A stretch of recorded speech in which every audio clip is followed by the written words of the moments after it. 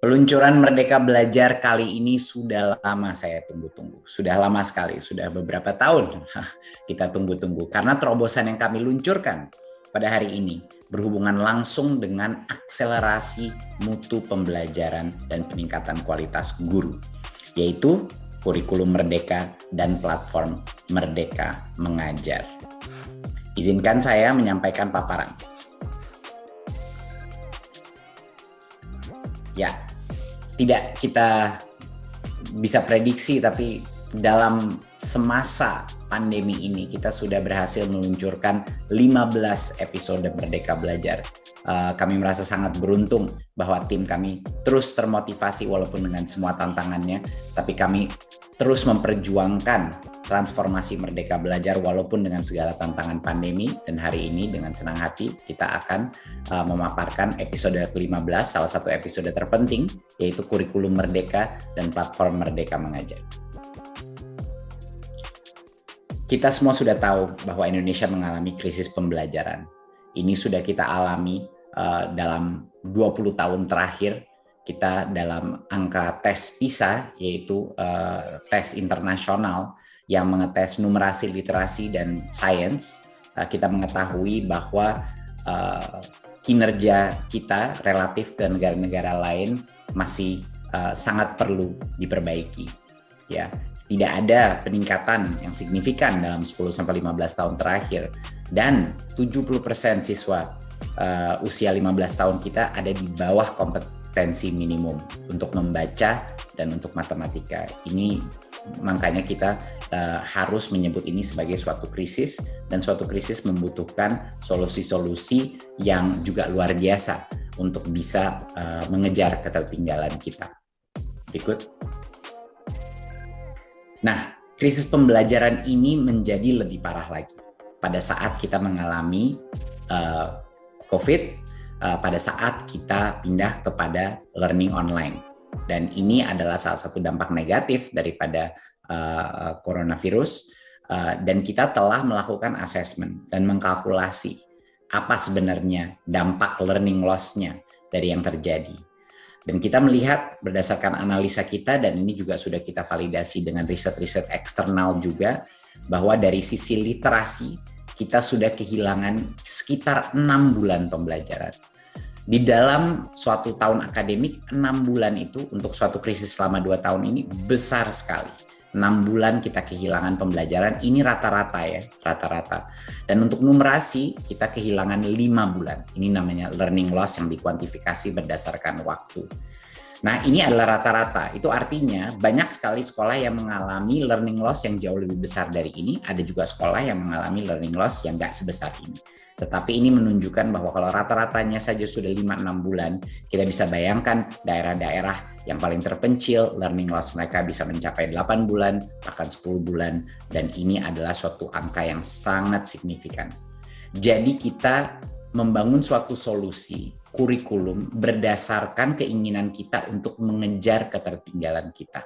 Ya, untuk mengejar ketertinggalan kita. Jadi pada saat kita merancang ini kurikulum, kita memikirkan apa strategi yang akan mempermudah negara kita untuk mengejar ketertinggalan kita di dalam literasi dan numerasi. Itu memang menjadi framework utama kita.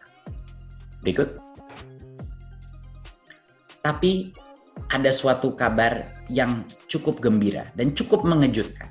Apa itu? Di awal pandemi, kita meluncurkan yang namanya kurikulum darurat. Kurikulum darurat itu sebenarnya langkah pertama ke arah tujuan kita, yaitu kurikulum merdeka. Apa sih yang kita lakukan di kurikulum darurat itu? Kita menurunkan jumlah materi secara drastis agar para pelajar dan pengajar itu bisa fokus untuk mendalami topik-topik yang paling esensial. Jadi kita masih menggunakan K13, kurikulum K13, tetapi kita sederhanakan secara drastis. Apa yang terjadi setelah itu? Ini kita berikan pilihan kepada sekolah-sekolah di seluruh Indonesia menggunakan ini. Ternyata tanpa kita mengharapkan begitu besar, ternyata 31,5% sekolah kita pindah menggunakan kurikulum darurat. Ini tidak dipaksa, kita memberikan tawaran kepada mereka. Mereka melihat, wah ini kurikulum darurat jauh lebih sederhana. Saya bisa fokus dan saya bisa adaptasi kepada sistem online, tidak terbebani dengan begitu banyak materi. Dan apa yang terjadi Bapak Ibu pada saat kita 30% sekolah ini melakukan kurikulum darurat, kita melihat learning loss daripada sekolah yang menggunakan kurikulum darurat itu jauh lebih sedikit daripada sekolah-sekolah yang tidak menggunakan kurikulum darurat. Sekolah-sekolah yang hanya melanjutkan kurikulum 2013. Ini adalah suatu data yang sangat dahsyat dan saya ingin meminta teman-teman yang telah membaca hasil riset ini untuk membantu mensosialisasikan juga teman-teman di media. Karena ini menunjukkan, kita melihat di sini sekolah yang menggunakan K13 tidak mengubah kepada yang lebih sederhana, mereka mengalami learning loss sekitar 5 bulan. Dan sekolah yang menggunakan kurikulum darurat hanya mengalami learning loss 1 bulan. Nah ini apa yang terjadi? Apa yang terjadi? Ini membuktikan bahwa kepadatan materi, kebanyakan materi yang kita selalu titipkan di dalam kurikulum, di dalam materi pembelajaran kita, itu tidak punya dampak positif terhadap pembelajaran siswa. Malah semakin ringkas, semakin sederhana, pendalaman materi itu semakin baik untuk Indonesia. Jadinya perdebatan mengenai apa kita harus terus menambah materi kepada anak-anak kita itu sudah selesai. Sekarang waktunya kita punya kurikulum yang ringkas, sederhana, dan lebih fleksibel untuk bisa mendukung learning loss, recovery, dan untuk menghasilkan mengejar ketertinggalan kita relatif ke negara-negara lain. Berikut. Nah, pada saat ini kurikulum yang digunakan dalam skala nasional ada beberapa kelemahan yang sudah kita identifikasi. Dan ini sebenarnya bukan suatu hal yang baru.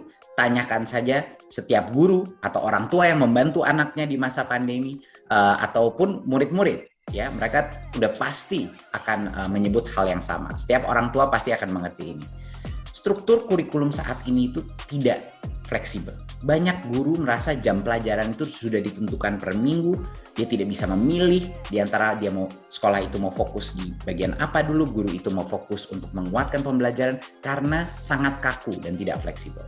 Kedua, materi terlalu padat. Kita sudah mendengarkan komplain dari anak-anak kita di masa pandemi sudah materi ini selalu padat, tidak cukup waktu untuk melakukan pembelajaran yang mendalam dan sesuai dengan tahap perkembangan setiap peserta didik. Semua anak itu berbeda, ya. Semua anak itu berbeda, punya kemampuan berbeda, punya kesiapan di saat yang berbeda. Tapi kalau kita materi terlalu padat, pembelajaran itu yang ketinggalan ya terus ketinggalan. Ketiga adalah materi kita kadang-kadang membosankan, kurang beragam. Dan sehingga guru itu tidak punya terlalu banyak toolkit untuk bisa mengembangkan pembelajaran kontekstual. Jadi materi pembelajaran pun terlalu kaku, terlalu padat, dan buat banyak murid terlalu membosankan. Dan keempat adalah teknologi digital belum kita gunakan secara optimal, ya, belum digunakan secara optimal, dan ini akan membuka pintu terhadap berbagai macam konten materi. Nah, kita maunya pindahnya ke mana? Yang tadinya kurikulumnya kurang fleksibel, kita ingin sekarang kurikulumnya jauh lebih fleksibel. Guru dan sekolah bisa menentukan jam pelajaran per minggunya karena yang targetnya itu dipenuhi selama 1 tahun. Bayangkan, kalau kita memberikan target pada 1 tahun itu memberikan fleksibilitas kepada sekolah setiap minggu untuk menentukan saya mau mengejar ketertinggalan dulu nggak? Saya mau fokus di satu bidang dulu nggak? Biar sampai matang anak-anak saya mengerti topik ini. Kedua, kita fokus kepada materi yang esensial. Jadi tadi kurikulum darurat itu kita lanjutkan dan kita perbaiki lagi. Jadi langkah pertama sudah kita lakukan di kurikulum darurat, sudah disederhanakan. Jadi kurikulum Merdeka itu adalah kurikulum darurat yang terus kita kembangkan sehingga lebih optimal lagi. Jadi kita fokus kepada materi yang esensial, ya, capaian pembelajaran diatur per fase, bukan per tahun. Satu fase itu bisa beberapa tahun. Dan ketiga, kita memberikan keleluasan para guru untuk menggunakan berbagai macam perangkat ajar yang sesuai dengan kebutuhan masing-masing peserta didik, ya, memberikan jauh lebih banyak keleluasaan, dan kita memberikan dukungan digital. Suatu aplikasi yang akan kita bicarakan nanti sebagai referensi bagi guru untuk terus mengembangkan praktek mengajar secara mandiri dan berbagi praktek baik. Jadi ini adalah perubahan yang cukup besar, dan kita harapkan ini adalah sebenarnya ujungnya berawal dari guru, dan ini adalah untuk guru, biar fleksibilitas dalam situasi pembelajaran bisa meningkat. Berikut. Ya, banyak sekali di tahun-tahun kemarin, banyak sekali masyarakat dan dunia pendidikan kita alergi dengan terminologi sering disebut ganti menteri, ganti kurikulum. Saya di sini dengan senang hati akan mengumumkan bahwa dengan Merdeka Belajar, semua itu tidak akan ada pemaksaan. Dalam 2 tahun ke depan ini tidak akan ada pemaksaan. Karena tujuan kita adalah recovery dari learning loss pandemi. Dan seperti yang kita lihat pada saat kita menawarkan kurikulum darurat dengan memberikan pilihan, ternyata 30% dari sekolah secara organik memilih opsi yang lebih baik, yang lebih sederhana. Ya, jadi kita mengikuti filsafat kemerdekaan, ya, Merdeka Belajar, dan kita memberi sekolah 3 opsi sesuai dengan kesiapannya masing-masing. Opsi pertama adalah bagi sekolah-sekolah yang belum nyaman, belum percaya diri untuk melakukan perubahan, silahkan masih di dalam kurikulum 2013. Itu opsi pertama. Jadinya tidak dipaksakan sama sekali. Jadi tidak perlu khawatir lagi sekolah-sekolah bahwa ganti menteri, ganti kurikulum. Itu artinya bukan karena sekolah tidak membutuhkan ganti kurikulum, tetapi karena dipaksakan secara cepat. Tapi sekarang bagi sekolah-sekolah yang belum merasa siap, mereka boleh tetap di dalam kurikulum 2013. Bagi sekolah-sekolah yang ingin melakukan perubahan, tapi mungkin belum siap melakukan perubahan yang begitu besar, tapi dia ingin memilih kurikulum yang lebih sederhana, dia masih mau di 2013, tapi yang jauh lebih ringkas materinya. Dia boleh memilih kurikulum darurat, ya, penyederhanaan. Dan bagi sekolah-sekolah yang sudah siap untuk melakukan transformasi sesuai dengan kecepatan yang dia inginkan, pilihan ketiga terbuka juga untuk meluncurkan kurikulum merdeka. Ya, kurikulum merdeka itu yang akan dibahas pada hari ini. Jadi sekarang tolong diingat masyarakat juga, teman-teman media, bahwa kurikulum ini adalah opsi pilihan. Karena kita sudah sangat sukses dengan kurikulum darurat, kita menggunakan filsafat yang sama. Ini pilihan bagi sekolah mengikuti kesiapannya masing-masing. Karena Bapak Ibu, tidak ada yang namanya transformasi proses pembelajaran kalau kepala sekolah dan gurunya merasa terpaksa untuk berubah. Kunci keberhasilan daripada suatu perubahan kurikulum adalah kepala sekolah dan guru-gurunya memilih untuk melakukan perubahan tersebut. Jangan pernah lupakan itu, Bapak Ibu. Berikut. Jadi, satuan pendidikan ini bisa mengimplementasikan kurikulum merdeka secara bertahap, tidak perlu 100% langsung diterapkan, ya. Kita memberikan fleksibilitas. Ya, kurikulum merdeka ini sudah kita tes di 2.500 sekolah penggerak. Namanya dulu kurikulum prototipe. Sekarang karena kita luncurkan kepada sekolah-sekolah lain, namanya kurikulum merdeka. Jadi kurikulum merdeka ini sudah kita tes di 2.500 sekolah. Banyak sekali sekolah yang sudah kita lakukan. Ini diterapkan mulai dari TK, SD, dan sampai ke SMP, SMA. Ya. Dan mulai tahun ajaran ini 2022-2023, satuan pendidikan bisa mengimplementasi kurikulum merdeka ini berdasarkan kesiapan masing-masing. Kita akan menyiapkan suatu survei, angket, untuk membantu satuan pendidikan menilai dirinya. Saya udah siap apa tidak untuk menerapkan ini, gitu. Dan 3 pilihan yang dapat diputuskan satuan pendidikan itu adalah mereka bisa menerapkan beberapa bagian saja dari prinsip kurikulum merdeka, nggak perlu full, ya. Mereka juga bisa menerapkan kurikulum merdeka menggunakan perangkat ajar yang sudah disediakan, itu boleh, dan menerapkan kurikulum merdeka dengan mengembangkan sendiri berbagai perangkat ajarnya. Jadinya bahkan bagi yang ingin maju ke kurikulum merdeka, mereka boleh memilih mau tahun berapa dulu mulainya, apa elemen-elemen yang ingin mereka masukkan dulu. Ini sesuai dengan kesiapan sekolah masing-masing. Seperti yang kita bilang, tidak perlu panik para guru dan kepala sekolah karena kemerdekaan dan keputusan itu ada di mereka. Berikut.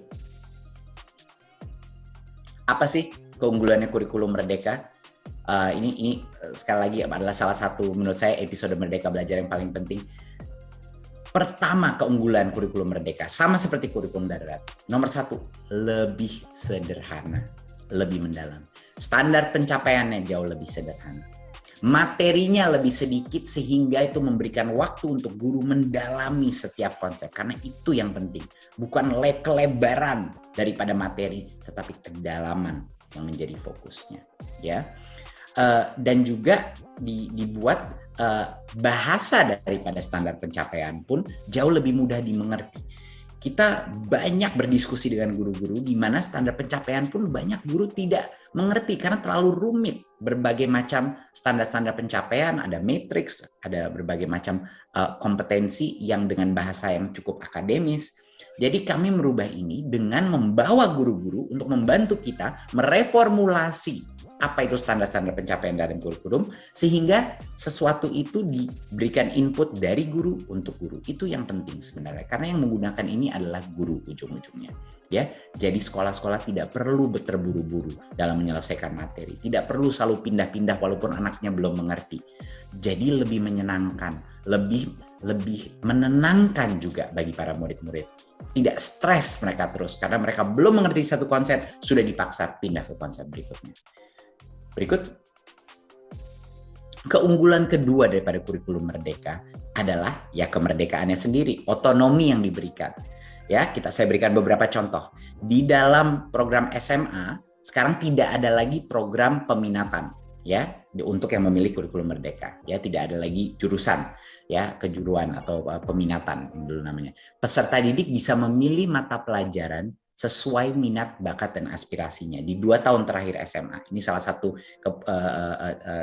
keputusan atau choice atau pemilihan yang bisa diberikan kemerdekaan bagi anak-anak kita yang sudah mulai masuk dalam umur dewasa untuk bisa memilih. Berarti dia tidak terkotak-kotak kepada misalnya IPA atau IPS saja. Mereka bisa memilih sebagian IPA, materi mata pelajaran IPA, sebagian IPS, dan itu adalah suatu hal yang sudah dilakukan di banyak sekali program-program kurikulum internasional, sudah banyak sekali program-program di negara-negara maju yang memberikan pilihan bagi anak-anak kita karena dari kecil mereka sudah dibiasakan untuk bisa memilih dan akuntabel akan keputusannya dia.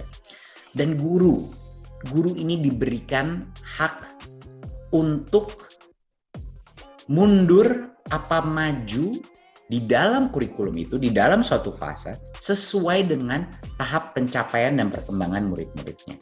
Ini adalah suatu perubahan yang luar biasa diminta oleh semua guru. Banyak sekali guru-guru yang komplain kepada saya bahwa walaupun anak-anaknya belum siap maju ke depan, dan makanya kita melihat survei banyak sekali anak-anak kita di daerah-daerah yang lebih tertinggal itu udah tertinggal 2 tahun bahkan pembelajarannya, ya, karena guru itu terpaksa untuk terus maju tanpa memikirkan siapa yang ketinggalan. Jadinya guru ini bisa memilih, kalau misalnya guru itu merasa dia mau lebih cepat, itu bisa. Kalau guru itu merasa dia mau pelan-pelan dikit untuk memastikan nggak ada yang ketinggalan, juga bisa. Dan sekolah di dalam kurikulum merdeka ini, sekolah ini diberikan kewenangan untuk mengembangkan kurikulum itu, ya, untuk mengembangkan kurikulum itu sesuai dengan karakteristik sekolah tersebut. Jadinya level otonomi, level kemerdekaan bagi sekolah, bagi guru, dan bagi peserta didik itu sangat tinggi.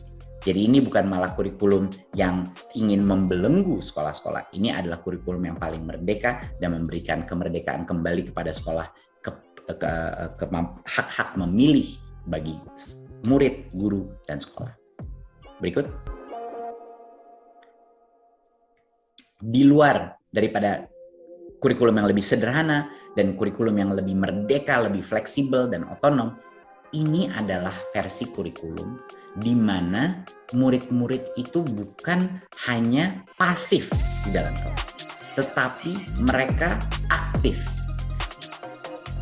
Jenis-jenis aktivitas yang dilakukan di dalam kurikulum ini banyak sekali yang project based. Kita memberikan ruang di dalam waktu kelas untuk project based yang sangat besar. Karena satu, kenapa relevan? Karena ini adalah skill-skill yang akan dibutuhkan anak itu pada saat dia keluar. Dia harus bisa bekerja secara kelompok. Dia harus bisa menghasilkan suatu hasil karya. Dia harus bisa berkolaborasi dan memikirkan hal-hal secara kreatif. Ya. Dan dengan ini akan menjadi jauh lebih menyenangkan buat siswa maupun juga buat gurunya. Ya. ini memberikan mereka kesempatan juga untuk mengembangkan karakter mereka, ya, dengan interaktif. Kita sering komplain bahwa anak-anak kita mungkin tidak benar-benar mengerti apa dan belum mendarah daging konsep Pancasila, atau belum mendarah daging konsep-konsep seperti budi pekerti dan lain-lain. Yaitu alasannya karena ya kalau mereka membaca itu saja di dalam buku teks, ya tentu saja tidak akan terserap. Mereka harus bisa mengimplementasikannya dengan tindakan nyata. Itulah makanya project based learning menjadi komponen yang sangat penting dan juga jauh lebih menyenangkan, sehingga anak-anak merasa sekolah itu jauh lebih interaktif dari sekarang. Pasif saja dengerin guru lalu dites ya akhirnya. Ya jelas kalau anak-anak kita tidak mengasosiasikan sekolah dengan sesuatu yang menyenangkan, yang interaktif, di mana mereka merasa mereka itu penting dalam proses pembelajaran itu di dalam ruang kelas, ya anak itu akan selalu mengasosiasikan sekolah dengan suatu hal yang negatif, dan dia tidak mungkin akan menjadi pembelajar sepanjang hayat.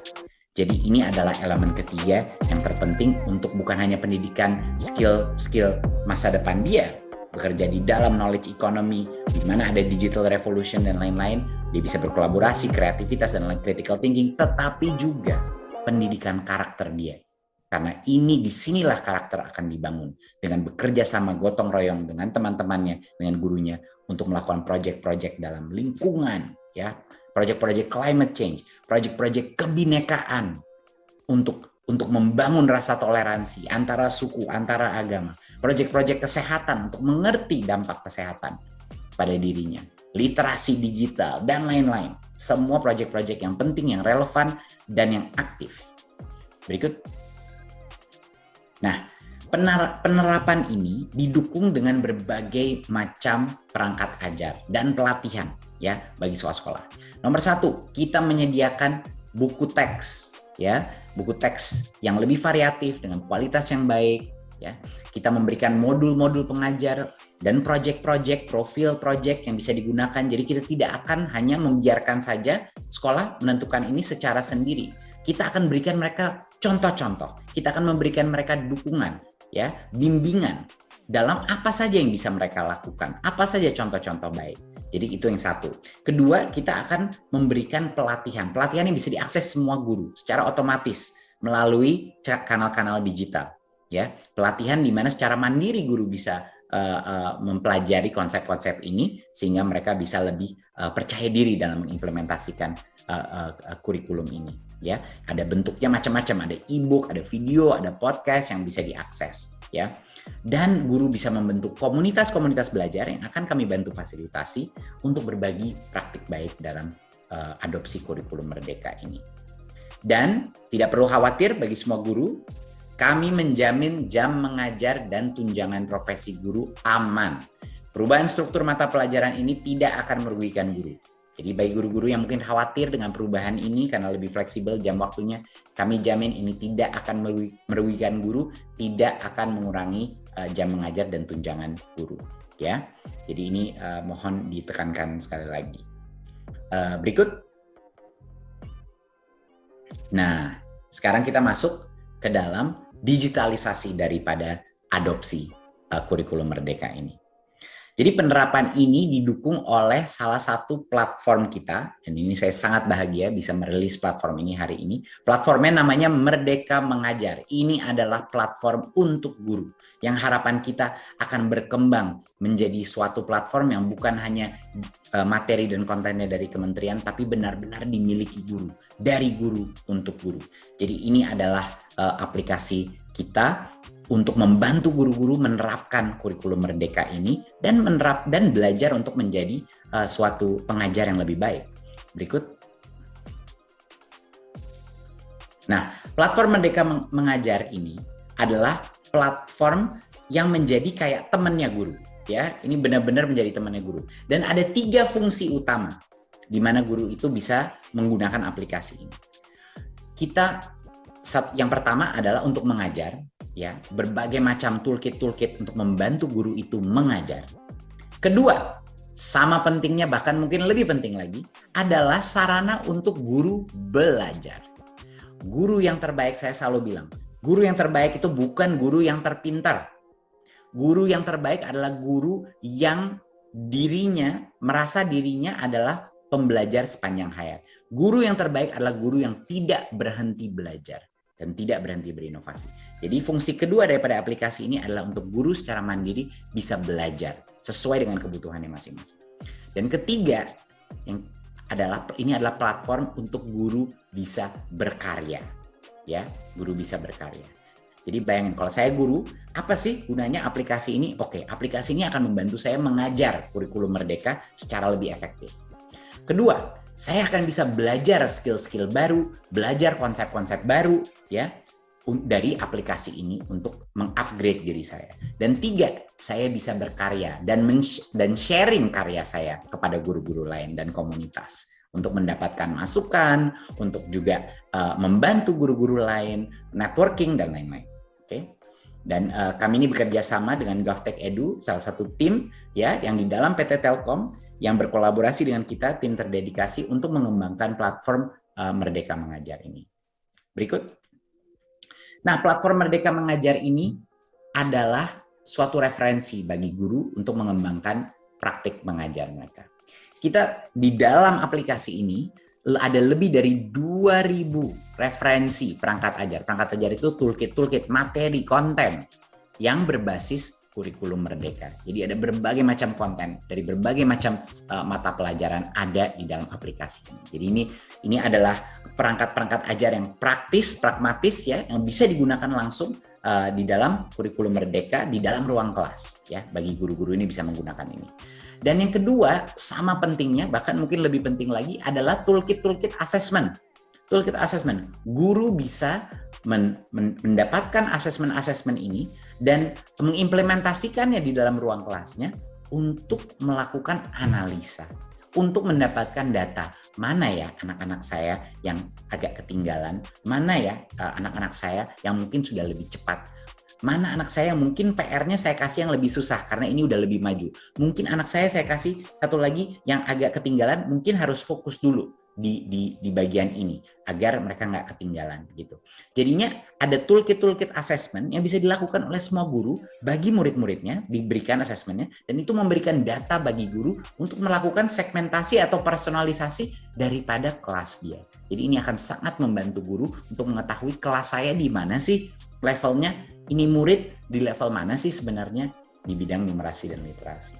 Bayangkan betapa bergunanya itu bagi guru-guru untuk mengetahui di mana level anak-anaknya per individu. Berikut.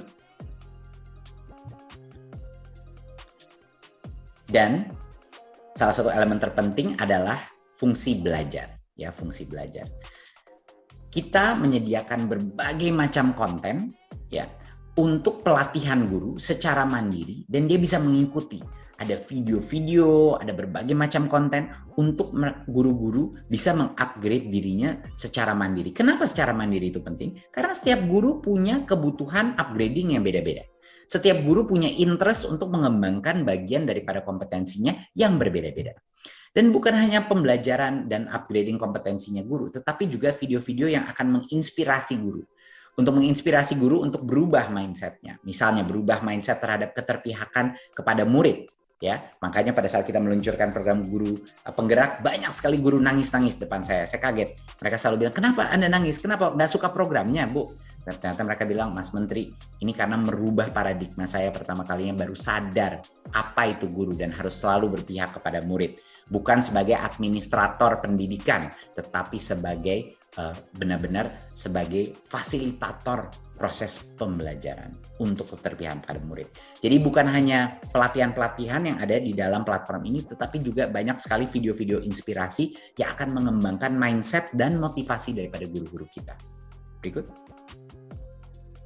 Dan salah satu fitur favorit saya adalah di mana kedepannya kita harap ini akan menjadi platform ekosistem yang sangat besar sehingga guru-guru bisa menunjukkan, bisa memamerkan bukti karya mereka, sharing, ya, mendapat feedback dari guru-guru lain. Mereka bisa membangun portfolio hasil karyanya.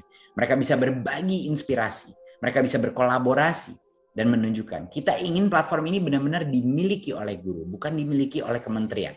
Ya, karena itu adalah goal kita. Jadinya bukan hanya mengajar, bukan hanya belajar, tapi juga guru-guru bisa aktif menciptakan konten. ya, user generated content, menunjukkan portfolionya, menunjukkan hasil karya siswanya, menunjukkan apa yang dia lakukan di dalam ruang kelasnya. Luar biasa. Ini menurut saya ini potensinya sangat besar bagi guru-guru untuk berpartisipasi secara aktif di dalam kolaborasi. Berikut.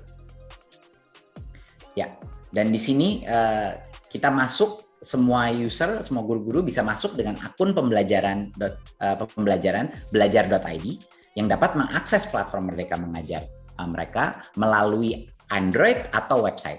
Ya, jadi karena mayoritas guru kita, super mayoritas dari guru kita menggunakan Android, kita fokusnya dalam aplikasi Android dan juga website bagi yang mungkin mau mengakses melalui laptop, itu silahkan juga. Ya. Jadi bisa mengunduh aplikasinya di Play Store atau langsung ke website kita guru.kemdikbud.go.id. Ya. Dan bagi yang mungkin susah mengakses internet, tentunya modul pelatihan dan kurikulum ini akan kita sediakan dalam bentuk flash disk bagi sekolah-sekolah yang sulit mengakses internet. Berikut. Kedepannya apa sih visi kita pada platform ini? Waktu kita menyebut ini platform, kita benar-benar serius, Bapak Ibu. Kita ingin ini menjadi platform. Platform itu apa? Bukan hanya satu arah dari kementerian kepada sekolah-sekolah memberikan materi sekali. Kita ingin ini hidup menjadi suatu ekosistemnya sendiri. Makanya komponen terpenting daripada ini adalah crowdsourcing daripada konten ini. Kita ingin user generated content. Jadi kita ingin yang mengembangkan nanti materi-materi pembelajaran, materi mengajar, materi belajar, dan materi berkarya, itu guru-guru, organisasi-organisasi pendidikan, itu berkontribusi untuk menambah konten sehingga kontennya semakin kaya. Ya, semakin kaya. Dan dengan ini kita ingin membangun komunitas belajar daring. Guru-guru itu bisa saling berinteraksi menjadi study group masing-masing dan mereka bisa berbagi pengalaman mereka karena ujung-ujungnya itu yang akan meningkatkan kapasitas daripada sektor pendidikan kita. Guru-guru saling mengembangkan dirinya dan saling mengembangkan gitu. Dan pembelajaran mandiri yang tidak terbatas waktu. Ya, saat ini banyak sekali guru-guru selalu terbatas. Mereka mungkin nggak bisa ikut pelatihan atau nggak punya anggaran untuk transport atau mereka schedule-nya tidak tepat. Dengan pembelajaran mandiri, kita mengharapkan semua guru yang termotivasi akan bisa mengupgrade kompetensi dirinya melalui online university yang telah kita bangun di dalam aplikasi ini. Jadi benar-benar seperti online university, di mana setiap topik sesuai dengan kemauan dia bisa mengupgrade dirinya. Dan juga ini sangat penting, kita harapkan di masa depan, ini menjadi bagian daripada perencanaan dan kemajuan karir daripada guru-guru kita. Jadinya ini menjadi CV digital daripada guru-guru yang ingin menunjukkan apa saja sih hasil karya guru itu, apa saja pencapaian-pencapaian yang dihasilkan di dalam kelasnya, inovasi yang dia lakukan. Jadi ini kesempatan untuk guru membuat suatu public portfolio, public CV terhadap hasil karyanya dia. Dan tentunya kita ingin menciptakan jejaring profesi guru, suatu network guru yang bisa menciptakan center-center of excellence per topik, per mata pelajaran, per interest, dan lain-lain. Membikin suatu social network untuk guru sehingga mereka bisa saling berbagi dan membantu. Jadinya visi daripada aplikasi ini adalah ini ujung-ujungnya akan dimiliki oleh komunitas guru dan komunitas pendidikan. Kita hanya pencetus saja, setelah itu kita ingin semakin banyak konten keluar dari masyarakat, dunia pendidikan, sehingga ini menimbulkan suatu roda inovasi yang semakin cepat. Berikut. Saya ingin mengucapkan terima kasih yang sebesar-besarnya kepada 21 mitra institusi kita dan 47 mitra individu yang luar biasa telah pagi, siang, malam telah berkontribusi untuk memperkaya konten di dalam aplikasi Merdeka Mengajar ini. Jadi terima kasih sekali lagi bagi semua kontributor yang sudah luar biasa bekerja pagi, siang, malam untuk menghasilkan konten dan produk yang diluncurkan hari ini. Berikut. Jadi kami sekarang mengajak semua pihak. Kita mengajak semua pihak untuk bergerak bersama dan ikut berpartisipasi dalam gerakan ini yang akan difasilitasi melalui teknologi platform ini. Jadi tolong kita unduh aplikasinya, ya seperti sini ada QR-nya, dipelajari aplikasinya dan dipelajari lebih dalam. Saya harap banyak orang punya rasa ingin tahu, dan tentu saja kita selalu terbuka dengan masukan. Dan itu memang journey kita adalah untuk selalu terbuka dan open dan menerima masukan dari berbagai macam partisipan. Dan kita mengharapkan sekolah-sekolah untuk mendaftarkan satuan pendidikan kalau mereka menginginkan menerapkan kurikulum Merdeka, untuk melakukan registrasi ya di dalam tautan kurikulum.gtk.kemdikbud.go.id ya, mulai tanggal 11 Februari sampai dengan 31 Maret biar kita pun mendapat informasi. Dan bagi dinas-dinas pendidikan untuk mendukung satuan pendidikan yang memutuskan mereka sudah siap untuk bisa menerapkan kurikulum Merdeka. Ya, banyak sekolah yang tidak siap, itu juga nggak apa-apa. Tidak perlu dipaksa, mereka boleh di K13 dan juga boleh hanya di kurikulum darurat. Tapi kalau mereka ingin, tolong didukung oleh dinas pendidikan. Dan tentunya mitra-mitra kita dan organisasi pendidikan, kita harap Anda tolong, kita ajak Anda untuk datang berkontribusi dalam pengembangan materi, pengembangan konten pada platform Merdeka Mengajar. Ya, kita proses ini akan sangat demokratis, kita akan mengkurasi, tapi kita pun menginginkan semakin banyak organisasi untuk ikut berkontribusi dalam user generated content ini. Berikut. Saya rasa demikian yang bisa saya sampaikan pada saat ini. Jadi sekali lagi hari yang sangat bahagia. Kita memberikan pilihan bagi sekolah-sekolah untuk menentukan mau di K13 saja atau sudah siap mungkin mau kurikulum darurat yang lebih sederhana, K13 tapi lebih sederhana, atau sudah siap maju secara bertahap kepada kurikulum Merdeka. Dan kita tidak biarkan saja sendiri tanpa bimbingan, kita menyediakan suatu platform digital yang bisa diakses siapapun untuk bisa membimbing guru-guru dalam proses mengajar dalam kurikulum Merdeka, proses belajar untuk paradigma dan konsep-konsep baru, dan juga konsep berkarya. Demikian yang bisa saya sampaikan. Wassalamualaikum warahmatullahi wabarakatuh.